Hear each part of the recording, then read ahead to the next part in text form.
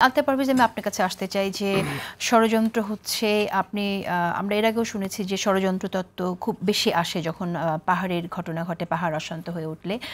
আবার ষড়যন্ত্র যে হচ্ছে না সেটাও আমরা বলতে পারছি না। অনেকগুলো এভিডেন্স আমাদের সামনে আছে যে মনে হচ্ছে যেন কোনো তৃতীয় পক্ষের ইন্ধন এখানে আসলেই আছে। কিন্তু এই ষড়যন্ত্রকে মোকাবেলা করতে গিয়ে যে ভিকটিম, সে বিচার আসলে যে ভিকটিম সে কি আসলে বিচার থেকে বঞ্চিত হবে কিনা, এখন তো প্রশ্ন উঠেছে যে আসলে সে ভিকটিম কিনা, সেই প্রশ্নটাও সামনে এসেছে। আসলে আমরা এই সমস্যা, প্রথম বিষয় হলো আমরা পার্বত্য চট্টগ্রাম সমস্যা স্বীকার করছি কিনা, যেখানে একটা সমস্যা আছে। এটা তো গত 50 বছরের পুরনো সমস্যা। প্রথমে এটা আমরা ডিল করেছিলাম, আমরা ভাবতাম, আমাদের সরকার ভাবতো এটা সামরিক সমস্যা। আপনার মনে আছে জেনারেল এরশাদ বা তার আগের। পরে ঐক্যমত হলো যে না, এটা সামরিক সমস্যা নয়, এটা অর্থনৈতিক সমস্যা। সেইভাবে অনেক অর্থনৈতিক উন্নয়ন করা হলো, কিন্তু তখনও মিটলো না। তৃতীয় ধাপে এসে আমাদের সরকার 90-এর পরের সরকারগুলো স্বীকার করলো যে না, এটা রাজনৈতিক সমস্যা, রাজনৈতিকভাবে সমাধান করতে হবে। এবং আলাপ আলোচনা হলো, আপনার মনে আছে দফায় দফায় অনেকগুলো, প্রায় 27 দফা আলোচনার পর আমরা একটা চুক্তি করলাম। তার মানে সমস্যা সমাধানের প্রথম সুযোগ আমরা পেলাম। বিশাল প্রাপ্তি। হ্যাঁ, ওকে, কিন্তু সেই সুযোগ আমরা হারিয়েছি। যখনই পার্বত্য চট্টগ্রাম সমস্যার সমাধান করতে যাওয়া হয়, তখনই আমাদের সংবিধানের প্রশ্ন আসে যে আমাদের সংবিধানে সীমাবদ্ধতা আছে। কিন্তু এখন তো গত অভ্যুত্থানের পর আমরা কি দেখলাম? আমরা পুরো সংবিধানই, আমাদের তরুণ ছাত্র নেতারা তো পুরো সংবিধানই বাতিল চাচ্ছে। তার মানে জাতীয় প্রয়োজনে আমরা সংবিধান নিয়ে পুনর্ভাবনা করতে পারি, এইটা 2024-এর পর কিন্তু আমরা শিখলাম। এতদিন পার্বত্য চট্টগ্রামের প্রসঙ্গ আসলে আমরা সংবিধানকে ভাবতাম এত পবিত্র, এটা হাতই দেওয়া যাবে। এখন কিন্তু আমরা হাত দিচ্ছি এবং এই সংবিধান পুরোটাই ফেলে দেওয়ার কথা বলছি। তার মানে দেশের প্রয়োজনে, জনগণের প্রয়োজনে কিন্তু আমাদের যে কোনো কিছু করতে হবে। এই তো আমরা পর্যটনের কথা ভাবছি, কিন্তু আমরা সেখানে মানুষের কথা ভাবছি না।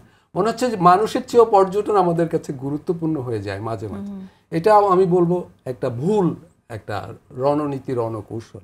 দেখুন, জাতিগত এবং ধর্মীয় বিভেদ বাড়িয়ে আমরা তো পার্বত্য চট্টগ্রাম সমস্যার সমাধান করতে পারবো না। তার মানে আমাদের একটা অন্তর্ভুক্তিমূলক অ্যাটিটিউড নিতে হবে। তো অন্তর্ভুক্তিমূলক অ্যাটিটিউড কি? এটা তো প্রথমত এটা রাজনৈতিক সমস্যা আকারে দেখতে হবে, এবং সামনে নির্বাচন হবে। আমি বলবো যে নির্বাচিত দলগুলো পার্লামেন্টে যারা আসবে, একটা সর্বদলীয় একটা কমিটি হোক, সর্বদলীয় একটা উদ্যোগ হোক।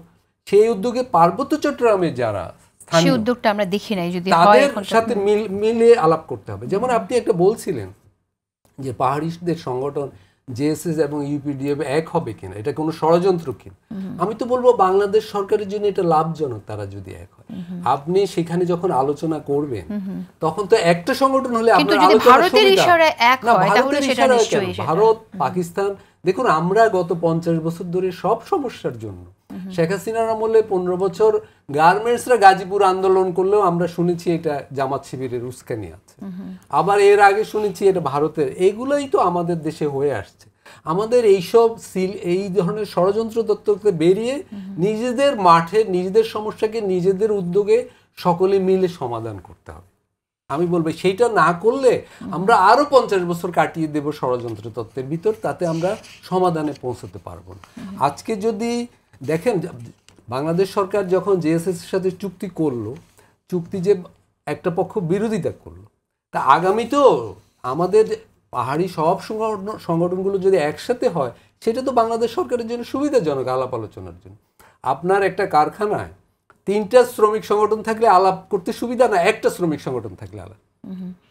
রাইট, কিন্তু ওখানে তো এথনিসিটি নিয়ে যে পলিটিক্সটা আমরা দেখে আসছি, ওখানে এই সমালোচনাটা আছে যে না, আপনি যেটা শুরুতে বলেছেন যে গণতন্ত্রের কথাটা মাথায় রাখতে হবে, নাগরিক অধিকারের বিষয়টা মাথায় রাখতে হবে, কিন্তু কাউকে কাউকে আমরা দেখি যে যেন এথনিসিটি নিয়ে একটা সুবিধা নিতে চায়। সেই জায়গা থেকে আমরা কিভাবে বের হব? দেখুন, এই যে গত 1 বছরে আমি গণঅভ্যুত্থানের সরকারের সময় 3টি ঘটনা ঘটেছে পাহাড়ের দিন নিয়ে। রাঙামাটিতে একটা দাঙ্গা হয়েছে, এখন হলো। আর প্রথম ঘটনাটা ঘটে মতিঝিলে, কিন্তু আমাদের রাজধানীতে পাঠ্যপুস্তকে একটা আদিবাসীদের একটা ছবি নিয়ে পাহাড়ি ছেলেরা ঢাকা ইউনিভার্সিটি থেকে যখন প্রতিবাদ করতে যায়, সেখানে তাদের পিটানো হয়েছে। তার মানে সমস্যাগুলোতে আমরা তৈরি করছি, মানে আমরা বলতে পুরো বাংলাদেশের কর্তৃপক্ষকে বলছি, রাষ্ট্র চাইলে এই সমস্যার সমাধান করতে পারে। দেখুন, পৃথিবীতে তো সমাধান হচ্ছে এসব সমস্যা। ভারতে মণিপুরে সমস্যা আছে, কিন্তু মিজোরামে তো সমাধান করেছে, তারা মেঘালয়ে সমাধান করেছে, তারা অনেক জায়গায় তো সমাধান করছে। ফলে রাষ্ট্রীয় আমরা উদ্যোগের টার্মগুলো প্রয়োজন। থেকেই বা কবে বের হব যে কেন যারা ওখানে থাকছেন আমরা যদি তাদের তাদেরকে অপর কেন করে রাখি, যারা পাহাড়ি না তাদেরকে বলা হবে সেটেলার, আবার তাদেরকে মানে আদিবাসী বা উপজাতি কি বলা হবে, যে টার্ম নিয়েও তো এখনো পর্যন্ত আমাদের এই আমাদের মীমাংসা আসলে আসেনি। বিভিন্ন পক্ষ এই ধরনের ছোট ছোট বিষয়ে বৈরিতাটা বাড়ায়। আমি বলবো ওইখানের মূল সমস্যাগুলো পার্বত্য চট্টগ্রামের চুক্তিতে এসেছিল, সেগুলোর ভূমি সমস্যা, পার্লামেন্টে প্রতিনিধিত্বের সমস্যা, স্থানীয় সরকার নির্বাচনের সমস্যা। দেখুন চুক্তি অনুযায়ী স্থানীয় যে 3টে জেলা পরিষদ হয়েছে তার কোনোটা নির্বাচন আজ পর্যন্ত হয়নি, এতগুলো বছর হলো। কিন্তু এগুলো সরকারকে উদ্যোগ নিতে হবে। ওকে।